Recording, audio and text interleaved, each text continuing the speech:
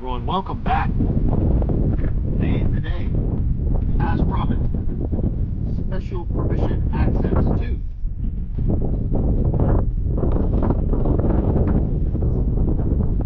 Pyramid of Userkaf. Welcome back. I'm Lex Living, and this is Ancient Odyssey. In today's episode, I will show you my full footage from our spectacular expedition into the Forbidden Pyramid of Userkaf with private access. Let's take a trip to the Pyramid of Userkaf.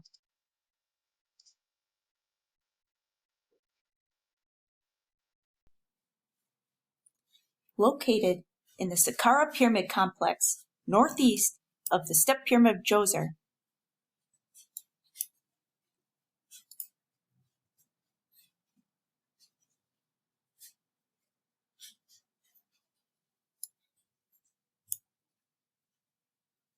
we began our trip on the north side of the pyramid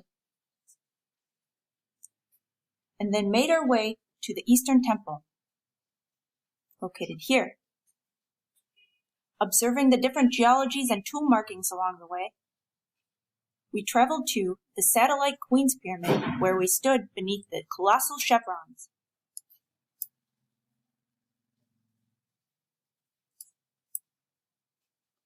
Next, we observed the basalt floor of the courtyard and looked at the apparent cartouche of Userkaf before exploring the chambers of the pyramid.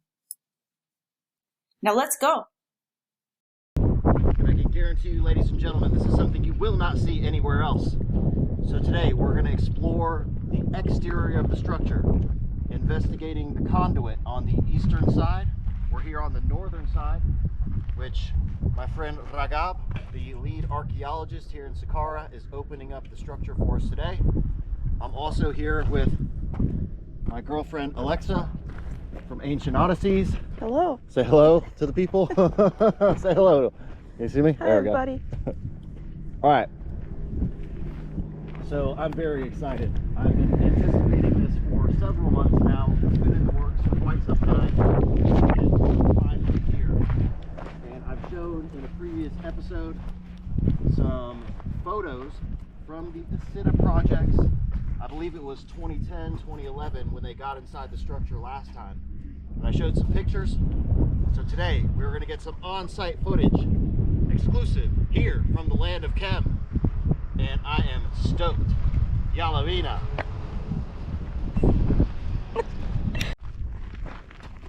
So I've seen before. There's temple here, temple on the south. Yeah.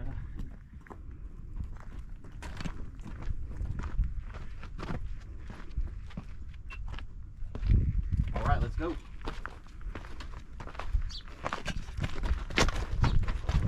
See behind me.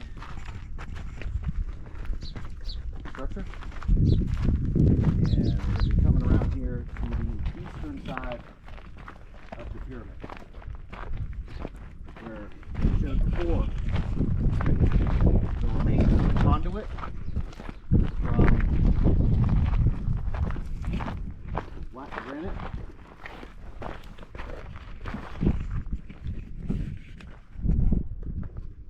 It is beautiful out here today. Say hello, Ragab, say hello. Hello. And Ragab, as I mentioned before, is the lead archaeologist here in Saqqara. And we have met before during my special permission tour at Abu Sir with my friend Isam. He was there escorting us around the site. And there's just one thing I'll notice here. Okay, so even just these plants, right? So this is evidence that there's still water table underneath here, because these plants are tapping into subterranean water. And you can see here this beautiful piece of stone.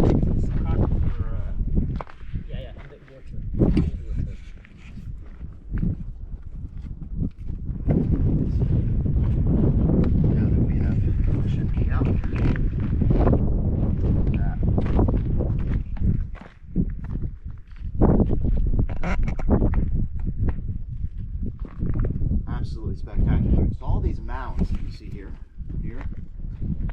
and here, all of this material is from the excavation of the site. So all of this is buried in the sand. So they had to move all of this material out of here to be able to excavate all of this area. So that's what you see here, these mounds of sand. And again, it always blows my mind to imagine, where does this thing go? And this was connected into the causeway system that would have led from the Nile River up to the structure.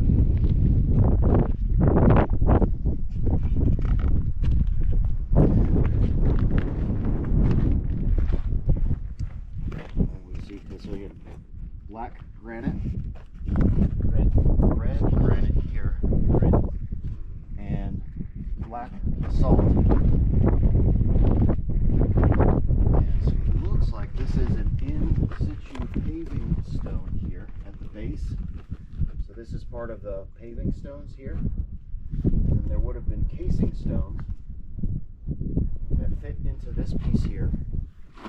And this conduit would have been underneath this layer of stone. So this area, this conduit, would not have been exposed like it is today. There would have been a layer of stone on top of here, and you would never even be able to see this conduit. Everything ran underneath the paving stones.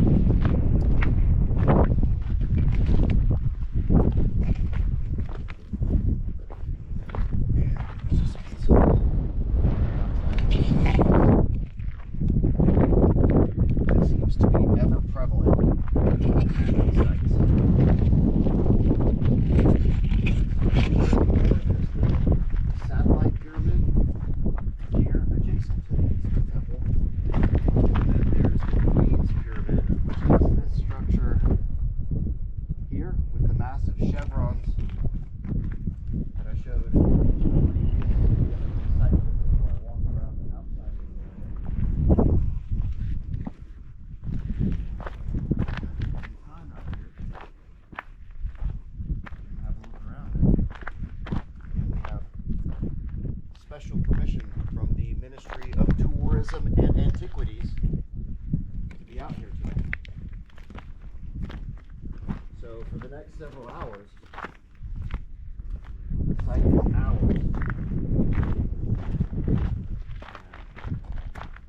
We're going to take a look. There's a step pyramid there, black basalt, and this is the southern temple. And what you see there are the remains of, I would imagine, with the satellite pyramid. It's difficult to say the exact configuration without having the diagram right in front of me, but if I remember correctly, the satellite pyramid would be here, and this is what they call the Queen's Pyramid.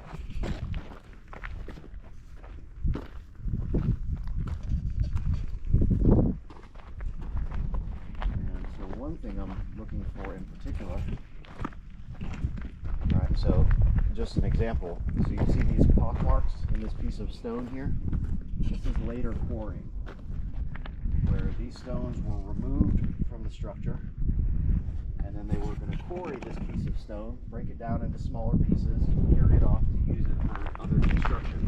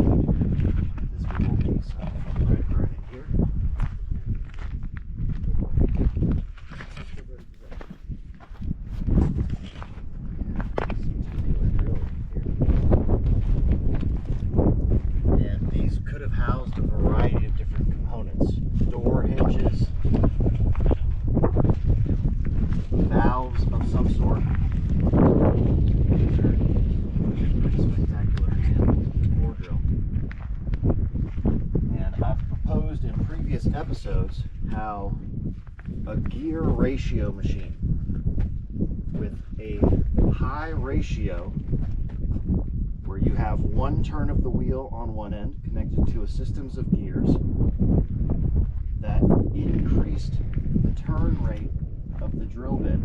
So one turn over here could have turned into hundreds of turns at the drill bit. So again, it doesn't require lost ancient high technology, but rather an understanding of simple physics and the vast amount of knowledge that was possessed by this ancient civilization to make a tubular drill. And we've shown prolific evidence in previous episodes of their capability to do advanced metallurgy. And I've shown in previous episodes deposits of copper oxide that are found in saw cuts and drill cuts. Remember, it's not just copper, it's arsenical copper, arsenical bronze, which completely changes the property of the metal, giving it the ability to cut through the stone. They also used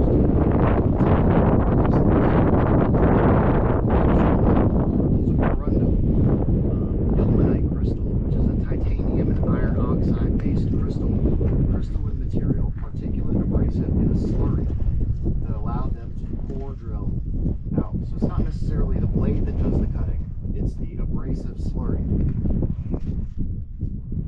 But absolutely fantastic nonetheless.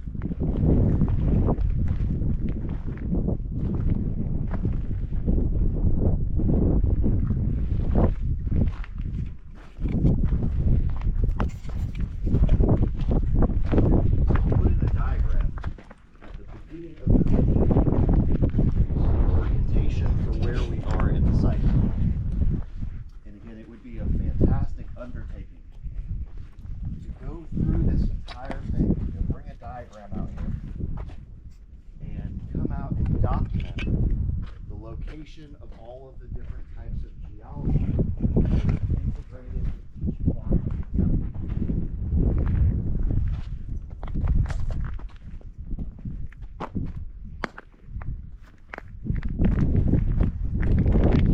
So much that remains of the pyramid itself. You can see the small part of the core. So we'll check out the pyramid here. Look at these massive chevrons. They're inside the core of the structure.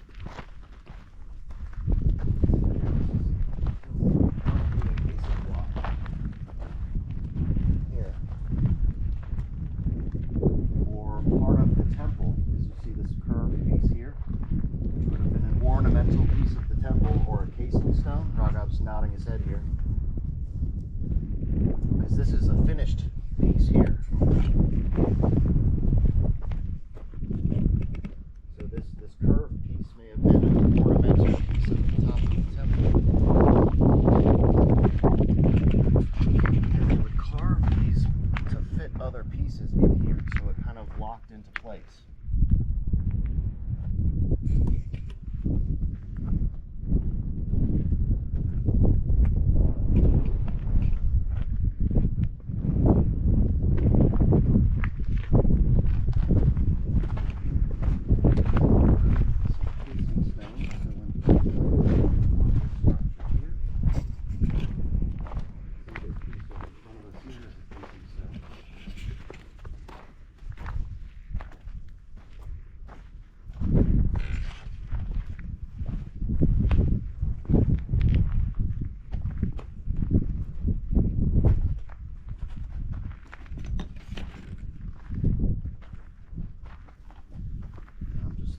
Mortar here. So this is mortar in sort of a channel leading down this way. Entrance, yep. Down in here are these big chevrons, which I showed before. And so this is the core of the Queen's Sphere.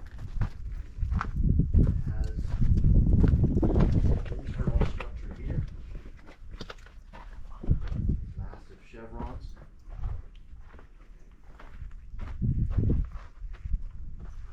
And to show you some of the internal masonry of the structure, It's a common misconception about the construction of the Egyptian pyramids that they used cut finished stones in the entire construction. You can see here, it's a vast array of different types and quality of stone.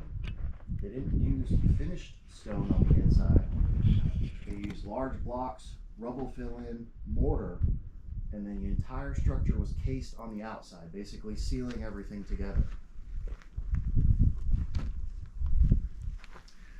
But basically, we're standing on the inside of what was a completed, finished pyramid.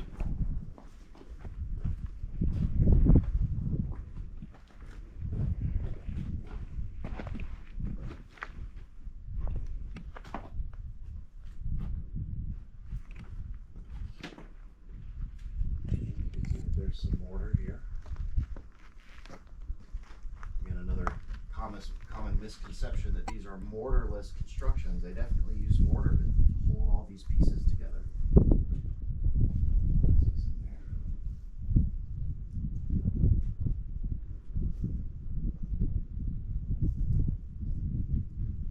Wild.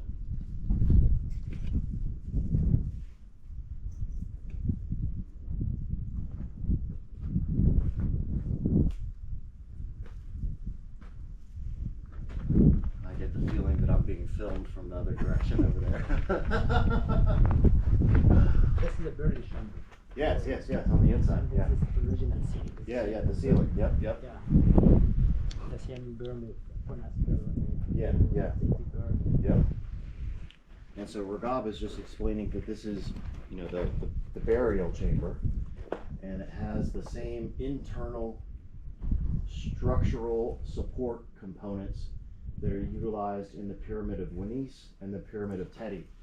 And I've shown those in the previous diagrams, how to have this massive internal support. This is big one. This is the second. Yep. Third. Yeah.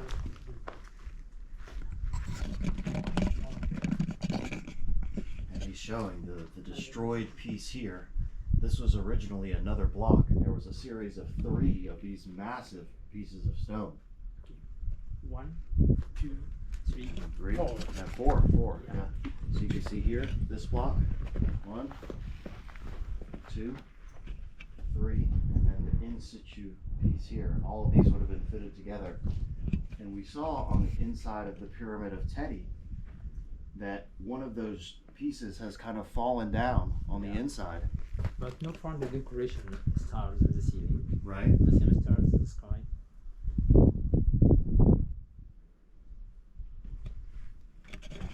And Ragab, thank you so much for taking the time to show us around. Again, it's awesome that we get the opportunity to have a private escort by the lead archaeologist on site.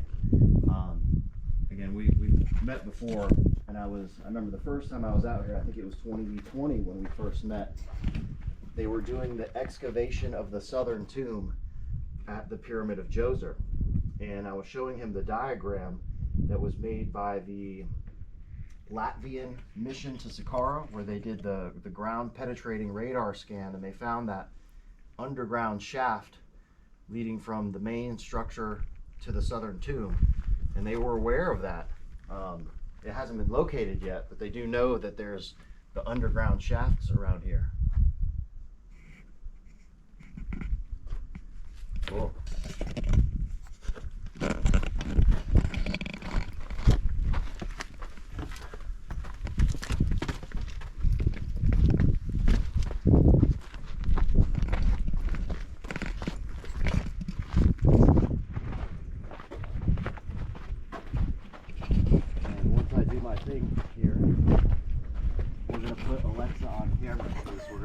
On some stuff for her channel too, which is Ancient Odysseys.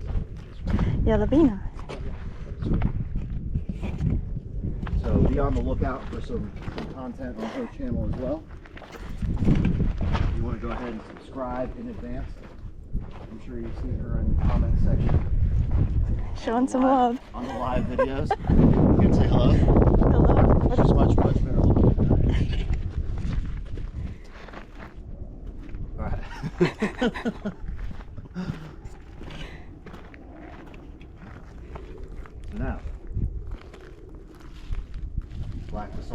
stones. Look this up in temple.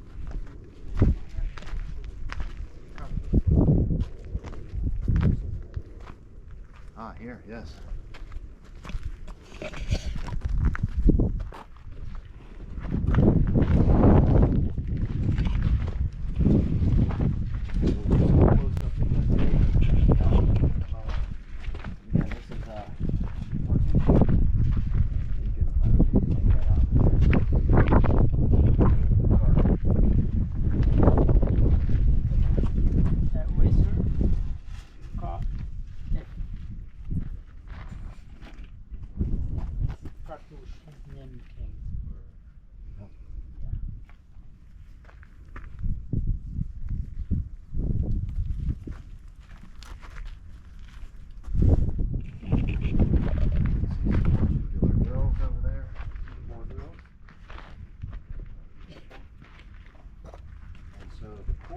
Also how they made artifacts like the Hotep at Abu Ghraib, or even the container inside of the Great Pyramid. Yusuf discovered that there's tubular core drill marks, and they use those core drills to hollow out inside of the stone, and then it was finished and made into a rectangle shape, or whatever the finished shape of the artifact was going to be.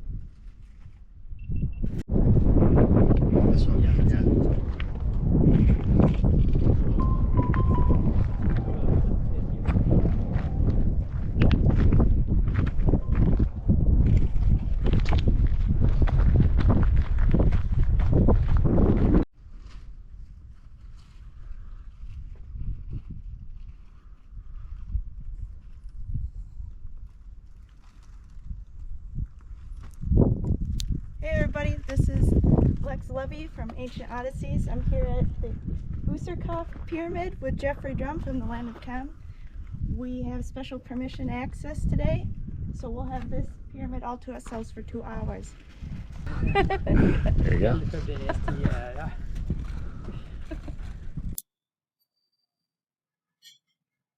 Now, I will show you some fantastic diagrams from Keith Hamilton's Layman's Guide on the Pyramid of Userkaf, which will help you understand the layout of the chambers within. We traveled through the descending passage here,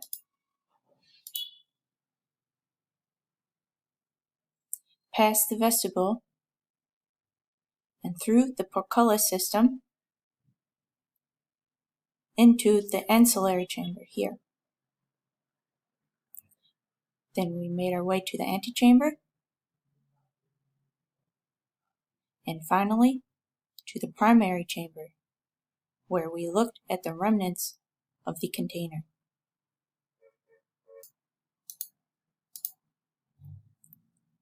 And here you can see in red where the red granite is located.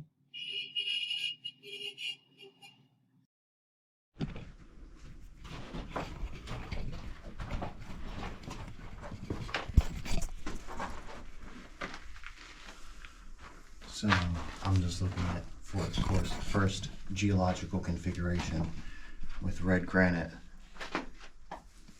in the ceiling.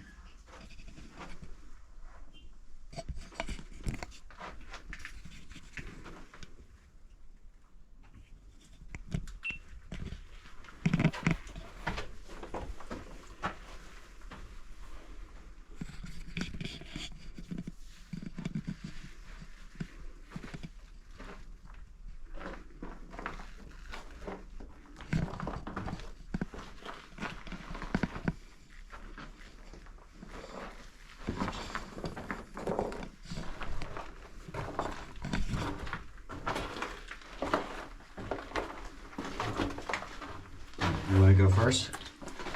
Sure. Go. He's the rock up is in there.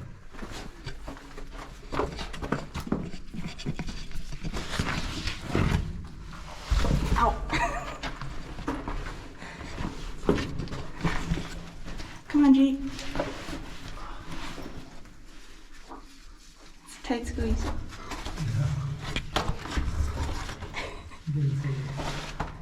Reborn.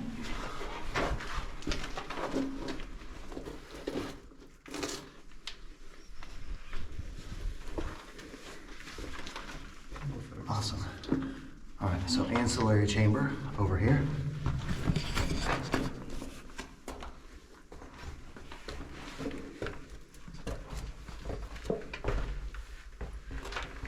Okay. And Beautiful crystals. very There's a interesting. salt. This is a completely rock cut chamber excavated from bedrock. Is this halite? Yeah, I like it. The salt. Salt. And you can see the crystalline salt.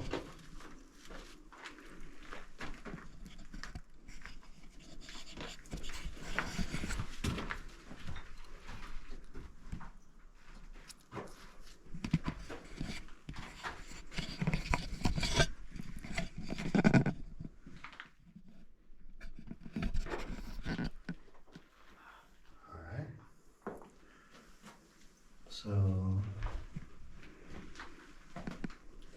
not what I was expecting. I thought that this was a finished chamber. It actually may have been finished. So we see the blocks here, which probably originally did finish this chamber. And it looks like they've been removed and stacked over here. Okay? Because you can see that the part of the finished chamber would have been here, casing all of this. I think this is from causeway. Yep. And for the blocks is casing Yep. and ceiling. Yes. So he was Take get out. removed. Yes, excavated out. Yeah. The same. Yep. And Ragab was just confirming kind of what I was just saying is that, you know, this is the original paving. This is the delineation of where the casing stones would have been. The same walls. Yep, the walls and then also the ceiling in here. As soon as I walked in here. Yeah, so. Non, complet comme pareil. Et non, unfinished. Let's see if the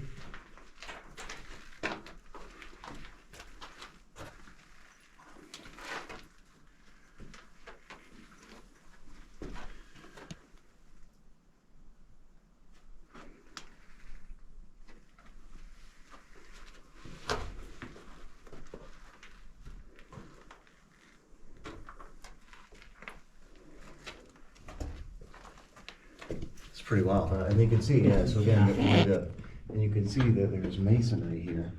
Mortar, right? So again, this was a finished chamber. It doesn't appear that way, and I was wondering when I was looking at, because obviously we did some research before we came down in here, okay, can you have a look there? and I was investigating the diagrams and the footage from the Asita project, and I was wondering why there were all these displaced stones down here in this chamber. Well, it appears that they've removed all of the casing stones, the finishing stones of the ceiling, and then they placed them over there in that corner. So this is again just evidence that this is that it was originally a finished chamber. And this is the same.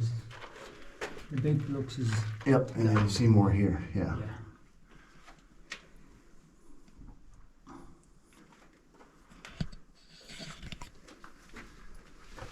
And there's a big vein of salt right there.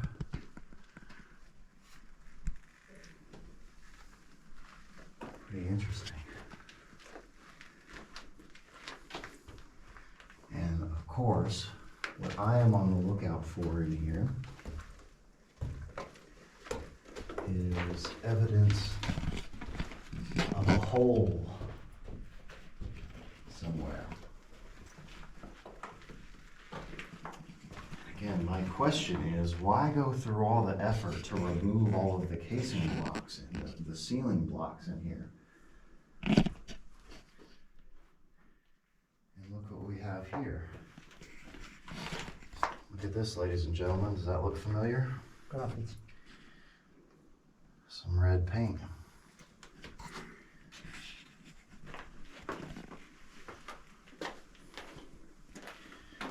Here's another one.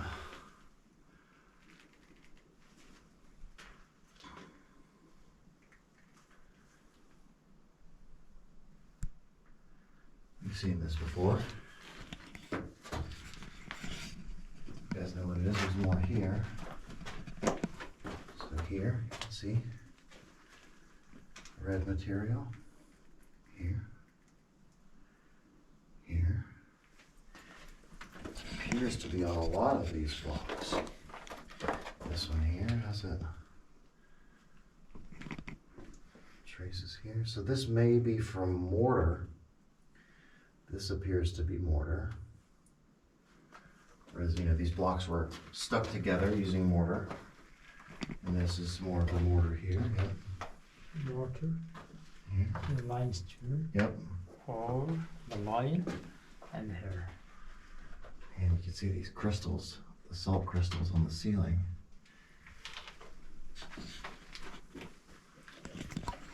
There's more of the mortar and the sort of in situ blocks here.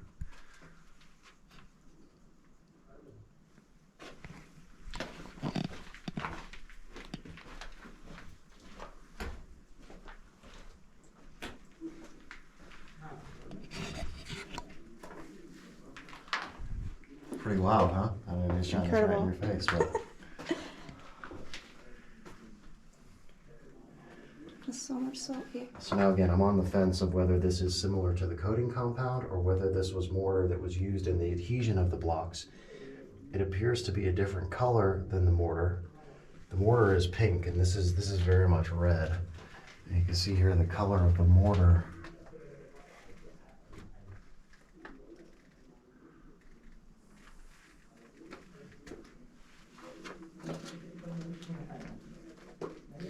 But again, why go through all the effort to remove all of this stuff? All of the finishing. Okay, so here we go. So here you can see how the original finish of the wall would have been. And then just removed all of this stuff. That doesn't make any sense why you would go through all of that effort to remove all the casing stone.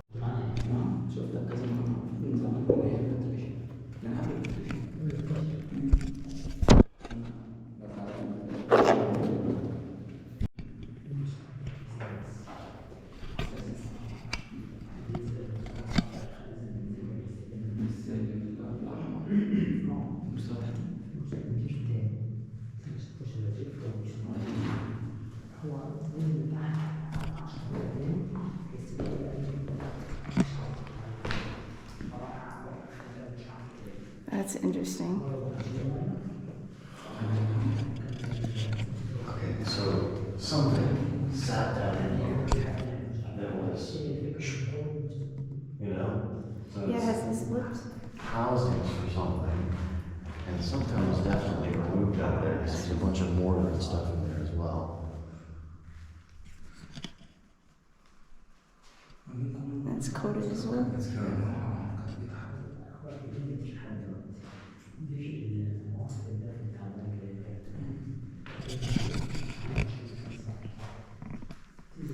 Can we get some of this dust off of here?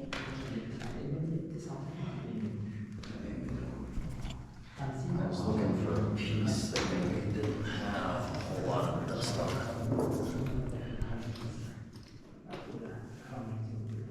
it. They shattered this thing into 1 million pieces though.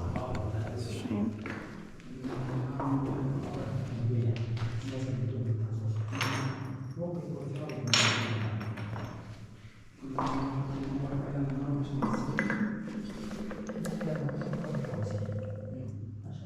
Definitely has a blue hue. That's a pretty good example, yeah. I mean, you just look at this.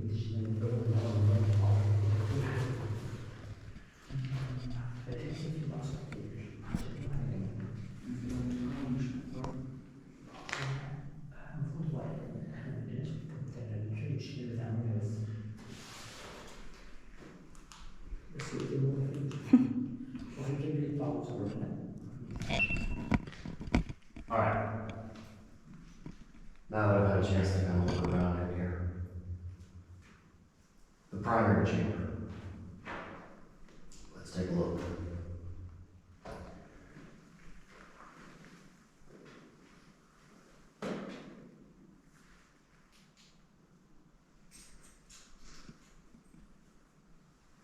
And it appears that there is a plaster coating on the ceiling. And let's take a look at several things here. First thing here, this housing. We're going to see some water in here. So there was definitely a component. You see the water here, the chisel marks from where something was popped out of this housing. And you can see this pretty beautifully curved piece right here.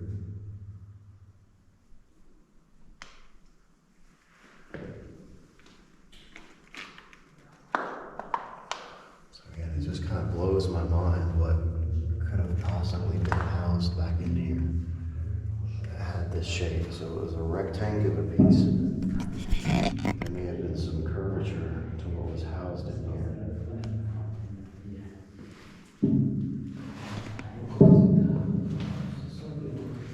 Okay, and this housing here, look at all those chisel marks. I'll show you the money shot while we're standing on here in just a moment, which is one of the main reasons that I came down in here, was to take a look at something that we're currently standing on 1 million pieces of salt coating here. Absolutely. And then more plaster up here. So this is plaster.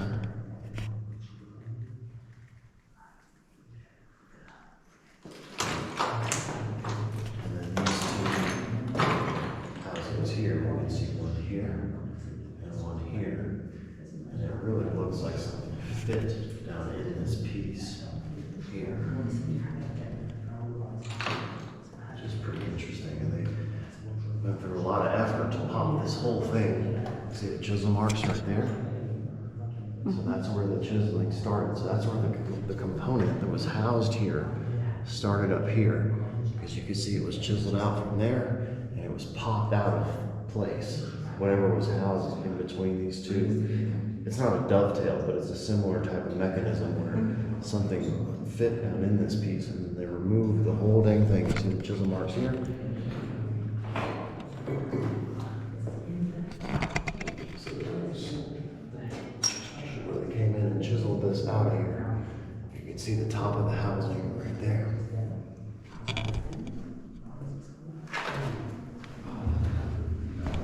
So next thing, big ass cabin here, which you can see that there's chiseling here. A lot of work went into excavating all this. And we're about to get some footage from in there. Hang on 1 second. Do you want to help me with something? No, she's about to help me. I'm sure you can hear it when we were standing over here. This thing has been shattered into 1 million pieces. And you can see here, this is the original floor level here. And all of this was excavated down. They removed material out of here. And this container was most likely sunken into the floor, the same way as we see at the central pyramid, where that container is sunken down into the floor. Now, where the story gets more interesting, the chemical composition of said container. Look at the color.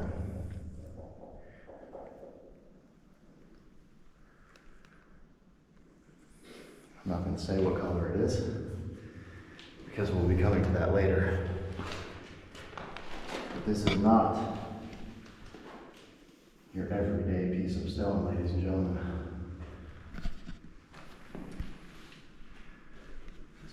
special material.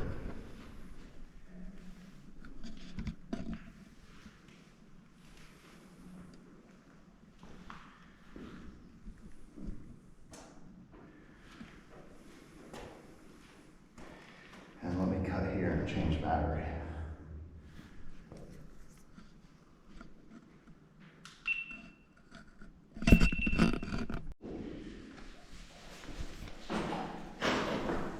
Do you know Jay, what they say, what type of stone that is?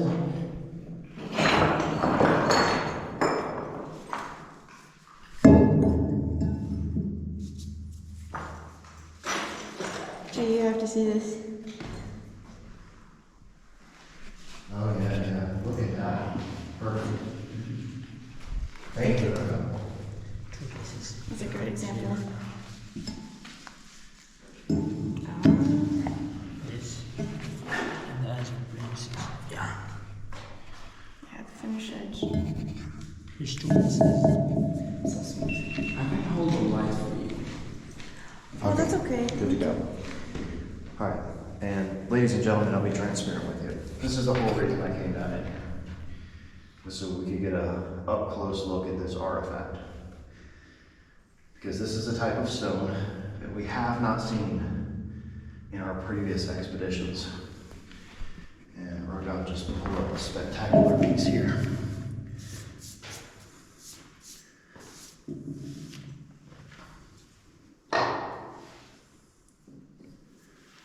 Look at that. Absolutely beautiful piece. I'm trying to clean it off so you can see. There's a little spit. And let's take a look at one of these pieces here. So you can see the crystalline luster, the microcrystalline quartz in there. And there's another finished edge here. Again, they busted this sarcophagus container into hundreds of pieces. I mean, the whole thing is just shattered and destroyed. And I'll show you an image of something at the headless pyramid, which is also located here in Sonora, that's made of a similar material. And I think you can see there the color that we're looking at here. And the reason I'm not going to say it is because this requires more investigation. I want to be able to more fully understand why we're looking at this material. I know what it is already.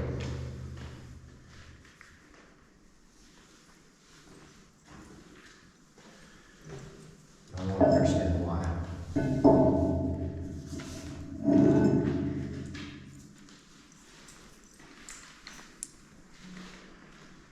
This is remarkable. And again, the machining or the finishing of this artifact would have been absolutely spectacular. And I think on these two pieces you can really see the color. It's not black.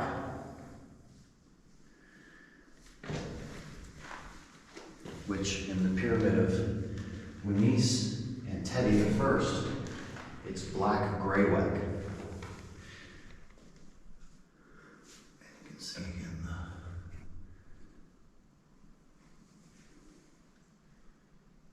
the little tiny flecks of quartz that are in there.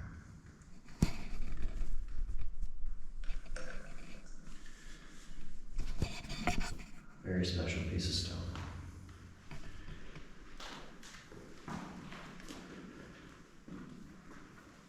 So I have to say, this is one of the most unusual structures that I've been in here in Egypt.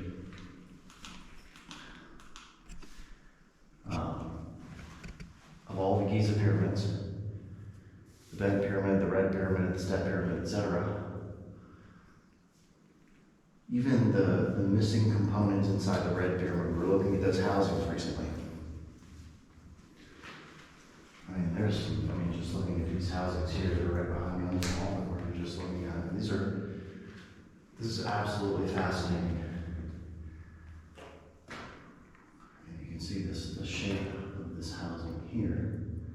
Again, you have to remember that this white section has all been removed. And there's an angular that slopes up here, where something almost slid and locked into this piece here. And again, that was all chiseled out. Again, the missing components is what makes the mystery so fascinating, because we'll never be able to decipher what was here.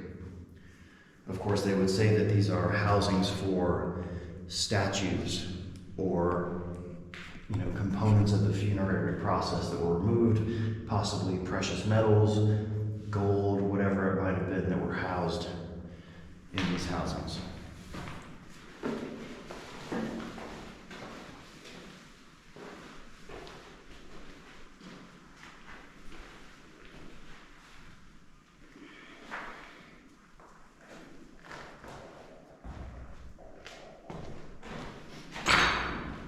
This is some footage that you can see in the mortar here. Mortar from whatever was stuck into here.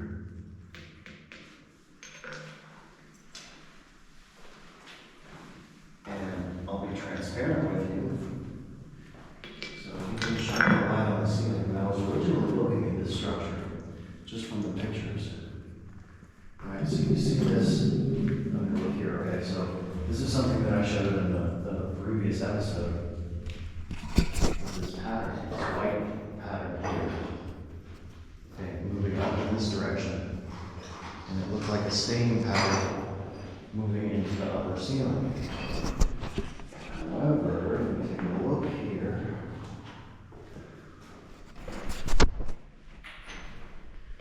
what it is, it's not a staining pattern, it's that this side has salt deposit. So this is very similar to what we saw in the bed pyramid. You can see there's some chisel marks here, chisel marks here, chisel marks here, where the layer of calcium sulfate, plaster of Paris, was removed. So this has salt deposit on it here. You can see the crystalline salt material. This is exactly the same as what we saw inside the lower separation chambers of the bed pyramid. And I thought that this was, so originally my hypothesis was that we were looking at a structure that was making possibly hydrogen peroxide or bleach, because it looked like this whole section here had been bleached. But it's not staining, rather the absence of the salt deposit. So we're looking at a chamber that was completely sealed with plaster of Paris. Still has the remains of the calcium sulfate. Definitely looks like there's some iron oxide. A primary chamber that has these extremely unusual housings.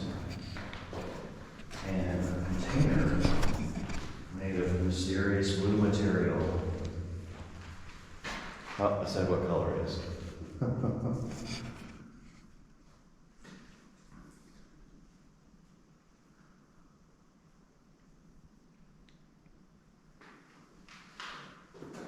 And still, why go through all the effort of taking so again, there was a casing block here, and they removed a big old chunk of stone for some reason out of this entire section. So what was so compelling here, other than that, whatever was housed, the component that was housed here, what was so compelling that they went in to remove all of this?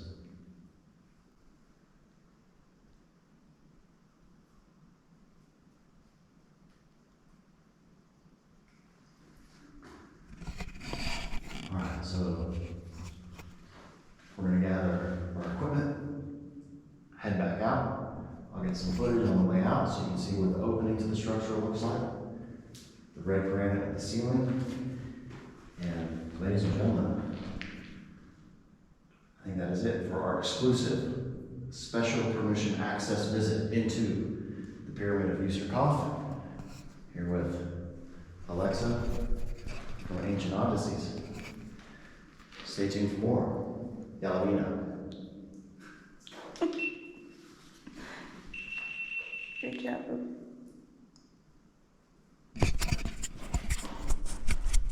The container goes all the way down, Exactly. which I'm guessing this container was originally sunken down into the floor, where they removed the floor to get to the rest of the container. So, what's happening to do that? Good question. Again, so what I'm asking It's is, like what was here, right? That they decided to take all of this stone out. yeah. So it's a lot of work to take all of the stone out from here. So what was originally there that was so interesting that they decided, oh, we have to take all this stone out of here. Yeah. And in another side, they try to do the same thing. Yeah, so this looks like maybe damage, or Yeah. possibly, where they were going to do the same thing. Yeah. And again, well, there was something here, right, that fit into this section. If you look at like that, Yeah. here, there was a something here. Yeah, that's what we're saying. Yeah, so this whole piece Is that the symbol? fit into here. So, And there was a piece that fit into here or something that connected possibly with that. connected across. Yeah. This box. And again, it could have fit into where it was housed in here, and then it breached across the entire thing here with this container underneath it. Or maybe, Or, again, yeah. so the mind will go crazy trying to think of what this looked like originally. And what's happening to destroy all of this? Like, this pieces, small pieces. It's a beautiful piece of stone. Yeah, they need So some, why would you destroy it? or something destroyed. Possibly. Yeah, because this piece is so small. You got it. Like to have it Explode exploded. to yeah. You're recording. Okay, good. You got it. That's what I'm thinking. I like this, and this is one of the reasons that I like to do these expeditions, is to come inside of these structures and start to think. Yeah. And there's no way that we can ever tell what was in here. I think it was metal. Metal. Metal. Because there's no reason to go through all of the effort to pop something out of here unless it was valuable. Yeah. So there was a metal piece that was stuck in here, a big piece of metal that was housed, possibly going over the top here and into this piece where they popped the metal out because it's valuable. Maybe. I think this is maybe what's happened with the new hands. Look at this. Yeah, it's chisels. It's chisels, yeah. So whatever did the chisels is not the same technology that they made the chamber and built everything else. Yeah. The chisels came along This is much the later. second hand, you mean Right, the second yeah. Yeah.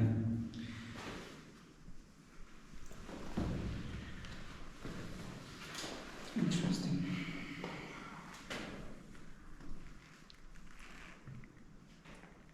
Beautiful.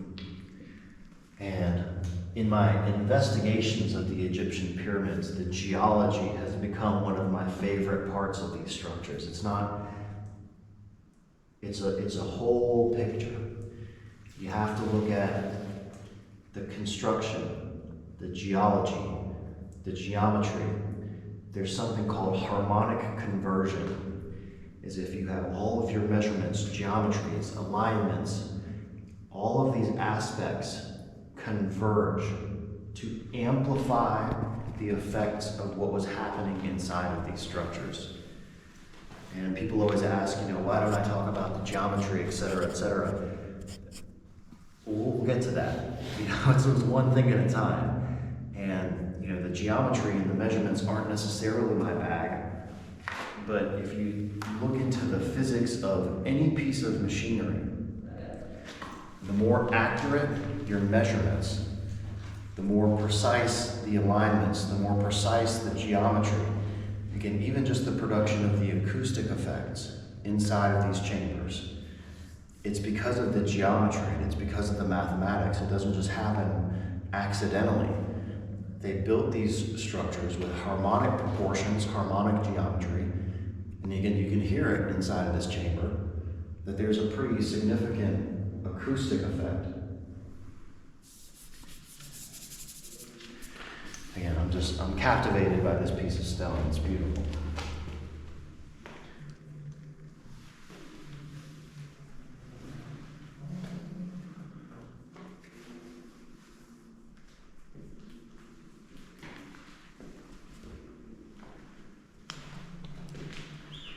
And we'll get some footage kind of on the way out here. But so again, that was my, again, in the vein of transparency, that was my original impression of this, because you see that pattern, right? And that's kind of how I was describing it in the previous episode, was that, you know, this is a bleaching pattern for possibly gas that was moving from that chamber into the upper vault here. But it's not at all. This side has the salt coating. Mm-hmm. This side has the plaster and the salt coating removed, and there's still some plaster. I didn't expect to see that in here.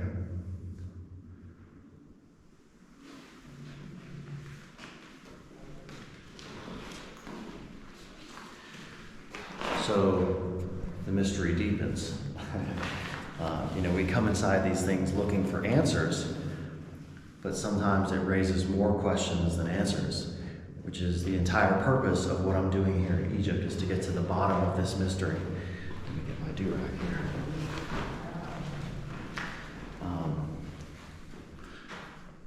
And your impressions? Well, it certainly looks like there's something very precious here that warranted the effort to remove. And like Bishoy, our guide from Select Egypt over here, let's say hello to everyone.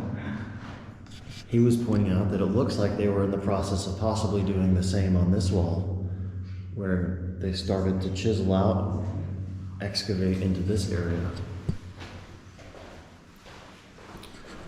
So now we'll make our way out. We're good?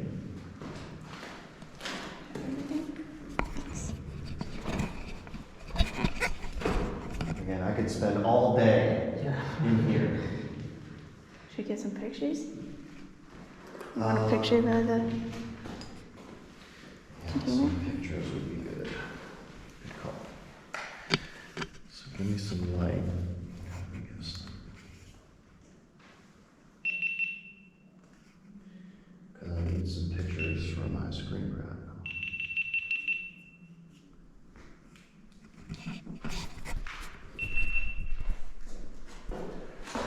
Alright, so we'll light up just a little bit, the main flashlight up just a little bit, like here. Oh, up. Now. Perfect. Now just a little bit. There we go. Chargeable too. Very good. Okay. Alright, so let's get some footage on the way out. We'll follow you. We're just going to film on the way out. Okay, we can. It's better if you in front to clear the work, to film it, and we'll be behind you. Alright, so now we depart from our investigation of the primary reaction chamber.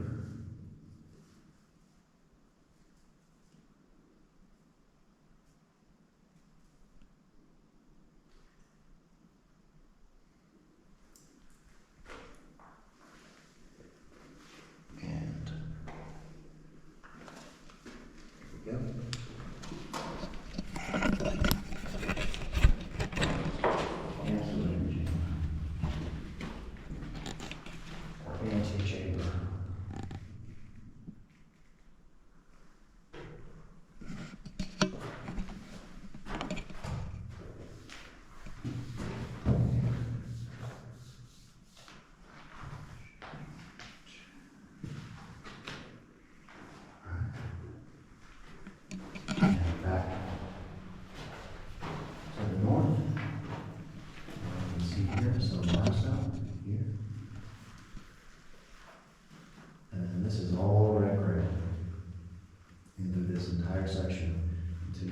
black piece here, which looks to be black granite.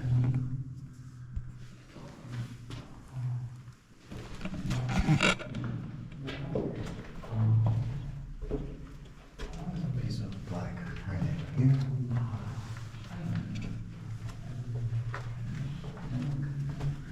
Do one more pass. We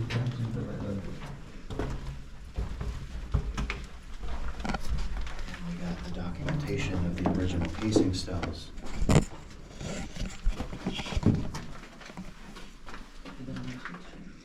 So a tremendous amount of effort went into the disassembling of the interior components inside of this structure.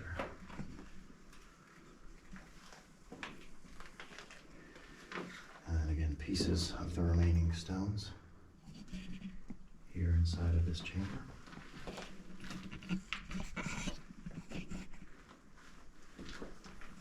And then back.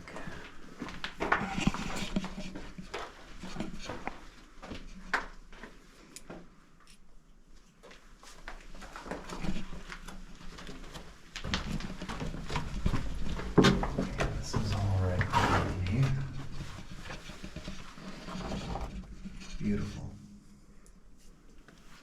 Look at that.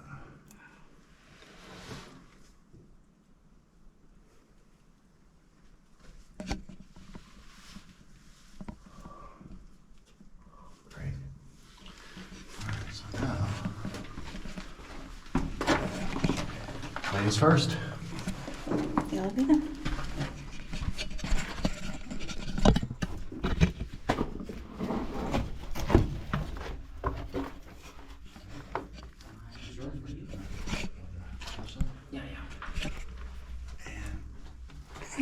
This is a valve. So let's Oh, we didn't even up look in in here. here. Yep, okay. Looks like staining. Black all of that is.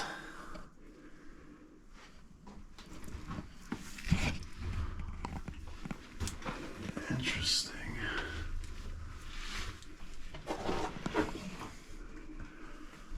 Okay. Let's go take a look.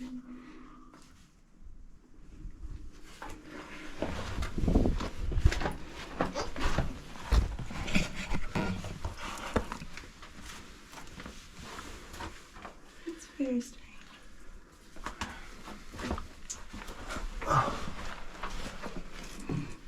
Okay.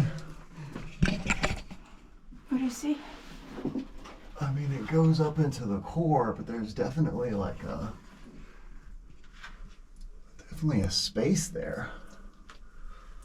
A rather large space, actually. And it looks to maybe be bedrock.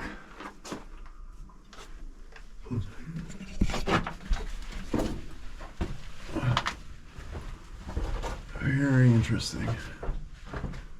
There's definitely a hollow cavity up there.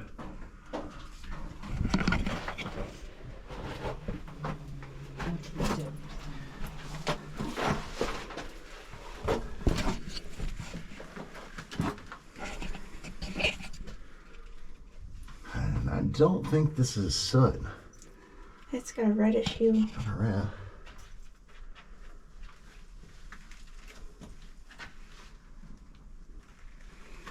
Okay. It's all these pock marks too. Again, that's chisels that look like, again, it doesn't look like the original carving of this section. You can see the patterns of these chisels here. Well, perhaps it was in the carving out of this section of stone. But this is not bedrock because it's blocks. What type of stone is this? Very interesting. Okay. You wanna look in here? So again, I think that's. It goes way up. Yeah, it's probably the same type of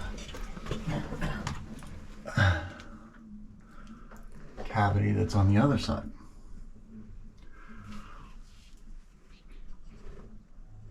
What's that white up there? Again, that looks like mortar or fill-in. You go first.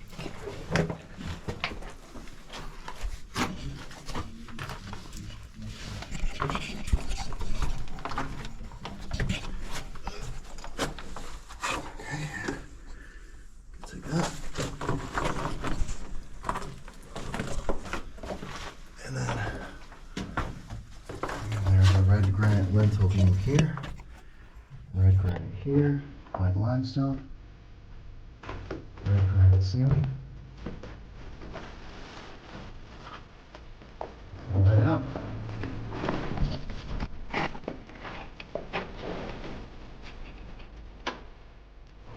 Amazing.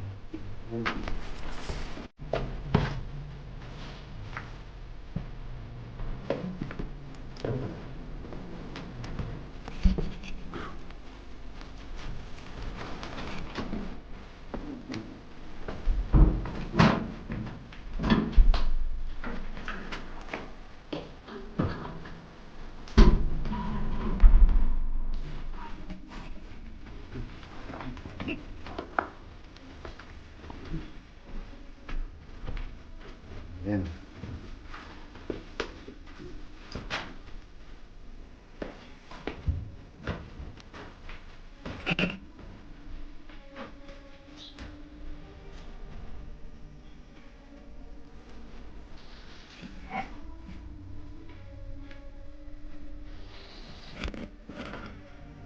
Pretty awesome. If you'd like to help support our adventures, please like, share, subscribe, and be sure to pick up some badass Ancient Odysseys merch. The link is in the video description below. Thank you all very much.